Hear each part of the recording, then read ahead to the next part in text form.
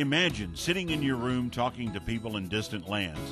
Imagine hearing world events as they happen. Listening to far-off places with strange names. Imagine hearing a voice crackle through the air calling you. Come, talk, be a friend. It's your world out there. Say hello. Hello, I am WG4Y. Hi, I'm KB1KJC. That's Kilo Bravo 1, Kilo Juliet Charlie. Early attempts at sending voices over the air were unintelligible, but on December 24th, 1906, Reginald Fessenden shocked radio operators all across the North Atlantic who heard his voice coming from their radios, saying hello to them and wishing them Merry Christmas. Fessenden's historic feat caused inquisitive hobbyists to join those experimenting with this new technology called radio. They were and are still called amateur radio operators. We invite you to discover what amateur radio offers in the 21st century. Hello. Jack, W8ISH. Hello. Making friends around the world, talking to another ham via an orbiting satellite, or swapping call signs with hams in over 100 countries in a single weekend. Volunteers save lives as part of their involvement in an emergency response. Talking from Chicago to the Carolinas with a pocket-sized handheld radio. This unique mix of fun, public service, and convenience is amateur radio. Amateur radio operators come from all walks of life.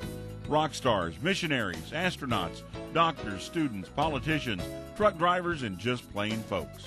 They're all ages, income levels, and nationalities.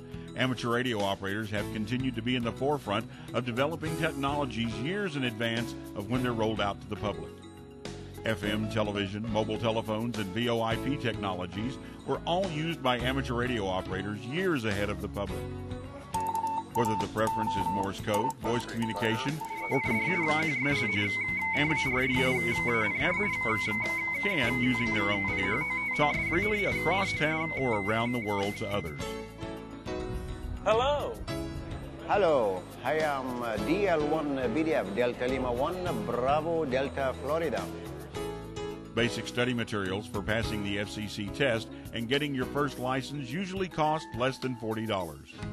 There are also licensed classes held by many local groups for people who want more personal help.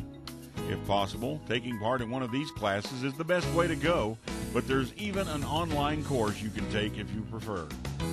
Once you have your first license, it usually costs less than $200 to get your first radio and start saying hello.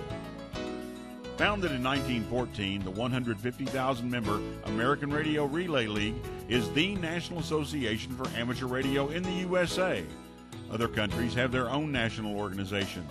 The ARRL is a primary source of information about what is going on in the ham radio world. It provides books, news, support, and information for individuals and clubs.